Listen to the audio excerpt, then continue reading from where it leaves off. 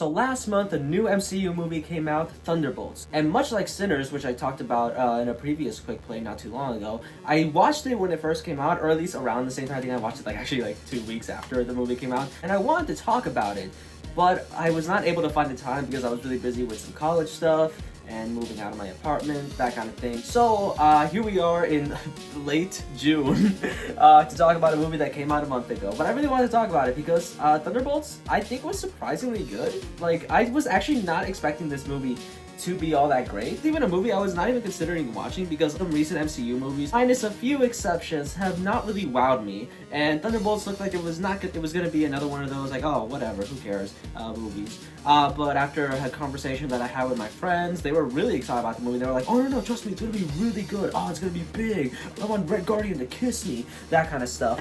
I was like, alright, I'll check it out. And yeah, this movie was actually pretty good. And there's quite a few things I want to say. And some things I gotta complain about, mainly with how it was marketed.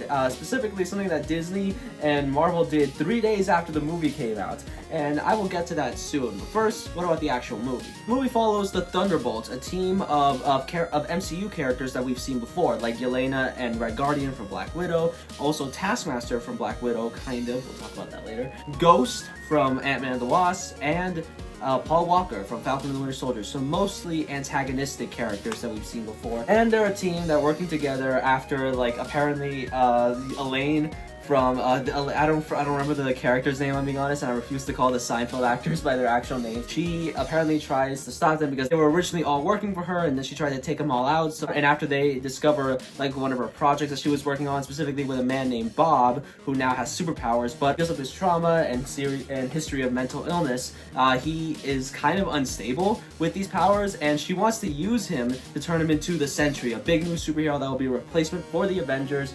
But obviously everyone knows it's a bad idea because, he needs help and he should not have superpowers. And so after befriending him when trying to escape like an attempt to kill them, after an attempt from Elaine to kill the Thunderbolts, they try to help him. I'm bad at describing plots or what. But essentially it's like, the Thunderbolts, they're like unlikely heroes, but they gotta work together to help Bob and stop Elaine.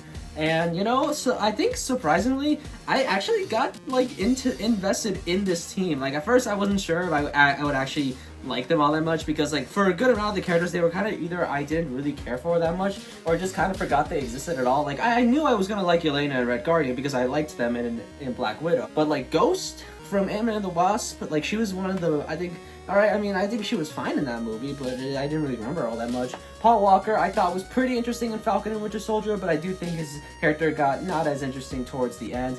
And Taskmaster, I think they just kind of did not do that character justice in Black Widow, and unfortunately they kind of still don't here. No spoilers, but let's just say, they don't do a lot with Taskmaster.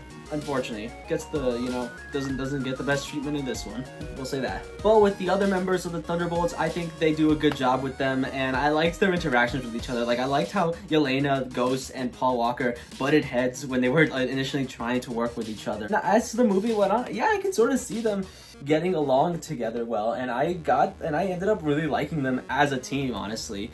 And I don't think they do a lot of stuff with Ghost and Paul Walker. They do more with them than they do Taskmaster, I'll say that.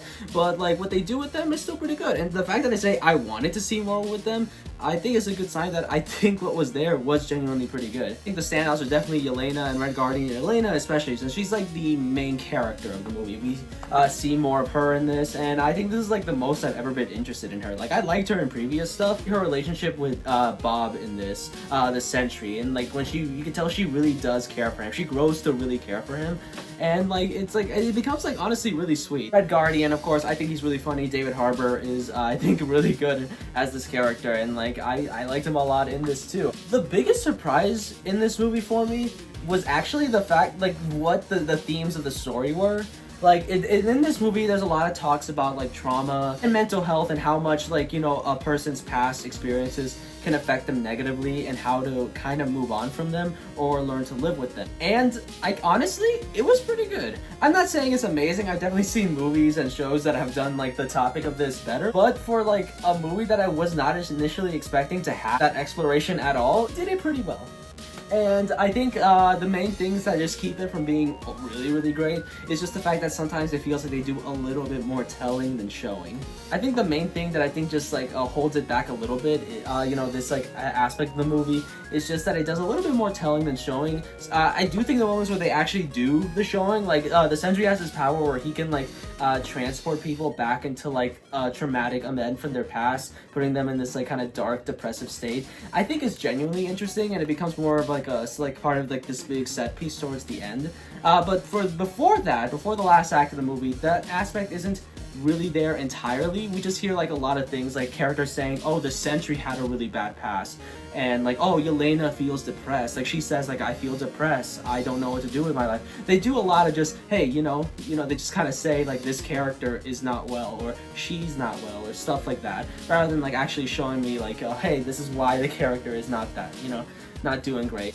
Yeah, I just say, like, I think, like, if they had just done a little bit more showing, it would have been, like, you know, I would say, oh, wow, this is actually really good. But as it is, I still think it is good. It's, like, solid. Again, I think the attempt was there, and it wasn't half bad. So, yeah, I appreciate them for trying it all, and I think, yeah, they succeeded for the most part. Again, just a little bit more showing than telling would be nice. But, yeah, that's all I gotta say. I gotta stop talking. Let me talk about something else. So, yeah, I want to talk about some of the other characters. Like, Bob, I think is great. He's the Sentry in this. And I really grew to like him, honestly. Like, I wasn't really sure what to expect about him, because I don't really know much about the Sentry as a character. Like, I haven't really read that many comics with him. So, I would say I was surprised by how much I ended up liking this. Like, I genuinely really cared for him. And, like, I wanted to see him turn out well, you know, by the end. And, like I said, I think Ghost and Paul Walker surprised me in this. They don't do the most with them. They do some things, though, more so with Paul Walker. But with Ghost, not as much. Again, I think having more of an emphasis on showing, like, how they connect to the theme, like, showing a bit more of their traumatic passes. We know it of Ghost because it was said in Ant-Man and the Wasp, and like it's shown a little bit with Paul Walker here, but again, I just feel like just a little bit more. I just want a little bit more. Oh my god, I just realized I forgot to mention Bucky. Bucky was in this movie. I don't know why. It's not like he was forgettable. He was in the movie. I remember him, and like, yeah, he was pretty good too. It's also weird that they didn't utilize him a lot more, especially for this movie that has the theme about like traumatic passes and how they affect you. Like, because like we know Bucky's traumatic past. It's in other movies like Winter Soldier and Civil War and Falcon and the Winter Soldier. And I guess maybe Marvel just thought like, yeah, well, we don't really have to say what it is here. People watching this movie will have already seen those movies, which like, I guess fair, but like, I don't know. Like, all I know is there's like one joke where they have to go through the things, like the dark spaces that the Sentry creates, and when he is able to help out by the end, they ask like, well, did you guys have trouble getting here? And he goes like, yeah, no, everyone knows I had a great pass. And it's a joke, and of course I laughed because like I know he doesn't have a great pass, it like sucks. But you know, still I feel like he probably could have utilized him more in the story. Like he could have been like a bigger thing to really help emphasize the theme. But yeah, Bucky is good. I don't really need to tell you that. Bucky's like one of the best MCU characters, so yeah, he's good. But it's time to talk about something that I really hate. And it has nothing to do with the movie itself, it has to do with the marketing, specifically what Disney and Marvel did. Okay, so I was going to see this movie, but I couldn't go the weekend of its initial release because I was busy with other stuff at the time, and I just wasn't able to make it. So I was just like, alright, I'll wait a little while before I can go see it. Then 3 days after it premiered, Disney revealed, like, the big reveal of the movie. You know why there's little asterisks in the title and the posters and everything? Well, spoilers, you probably already know it because Disney did not shut up about it, but here it goes. The Thunderbolts are actually the new Avengers. They're the new Avengers, isn't that cool? And I'm like, wow, that is cool. I wish I could have learned that by myself. Yeah, so by the end of the movie, which I guess spoilers, they reveal that the Thunderbolts are the new Avengers. They become the new Avengers. I literally told my sister who I watched this movie with, I'm like, wow, that would have been really surprising if I didn't already know going into this. So I have no idea why they just revealed like the big thing from the ending just like that, 3 days after the movie came out. They couldn't have waited like after like a few months once it hits Disney Plus or anything like that. I don't know. And now the movie is flopping. And I don't know if this is the exact reason why. It could be just one of the reasons. It could not be a reason at all. But my theory on a reason this could be flopping is because people don't want to see a movie that they already know the ending of, especially something that big. Like, oh, okay, they're the new Avengers. That's neat, I guess. And they just leave. Okay, great. They just don't go to the movies.